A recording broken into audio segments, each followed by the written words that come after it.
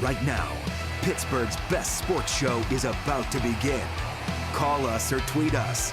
We've got things to talk about on the Ireland Contracting Nightly Sports Call, powered by FanDuel Sportsbook. All right, KG, thanks very much. Good evening, everyone, and welcome to another edition of the Ireland Contracting Nightly Sports Call. We're here nightly, and we're talking sports. You do the rest. Call us at 412-575-2600. You can also tweet us tonight at KDPomp, at The Pony Show. Andrew Fillipponi does a great job with 93.7 The Fan, plus his national show on the weekends is here with us. And what up, Bob? What up, Pony Show? All right, let's get right into it. Today has been a busy day for coaching hirings around the NFL. The one team that still does not have a head coach, Cleveland Browns, but they have a choice of some pretty good candidates, which we'll talk about. But there were some surprising developments.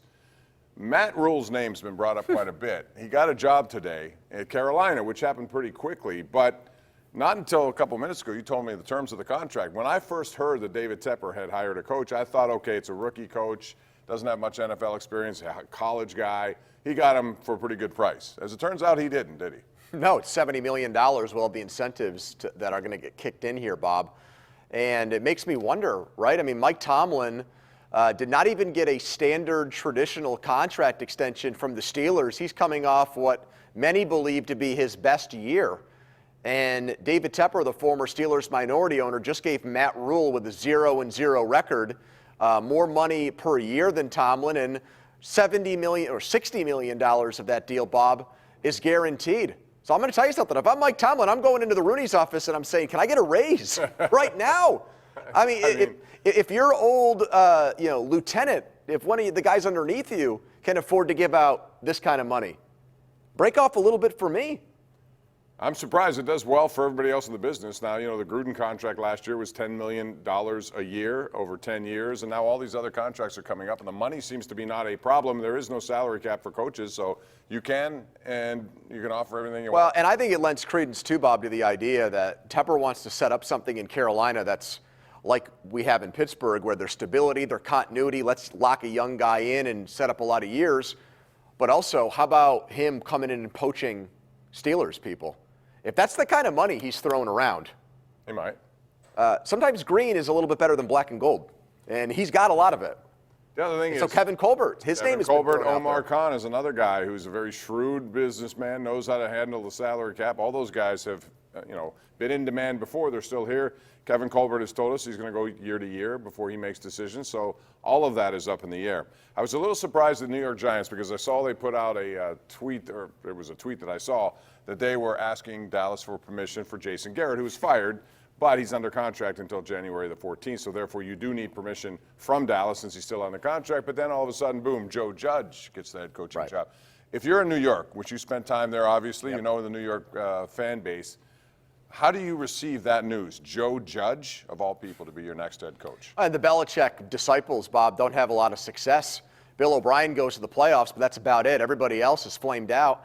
I look at it this way, Bob. A special teams coach, I think they're very underrated because, they have to manage games. They have to watch all three phases. You're borrowing from the offense and the defense as special teams coach. So I think that gives you a leg up. We've seen John Harbaugh do a very good job. He was a special teams coach. He's turned out to be a very good coach. So, Judge is young and he comes off the radar. What I want to know, Bob, is how is it that it's always Bill Belichick guys, Andy Reid guys, that's right. Sean McVay guys?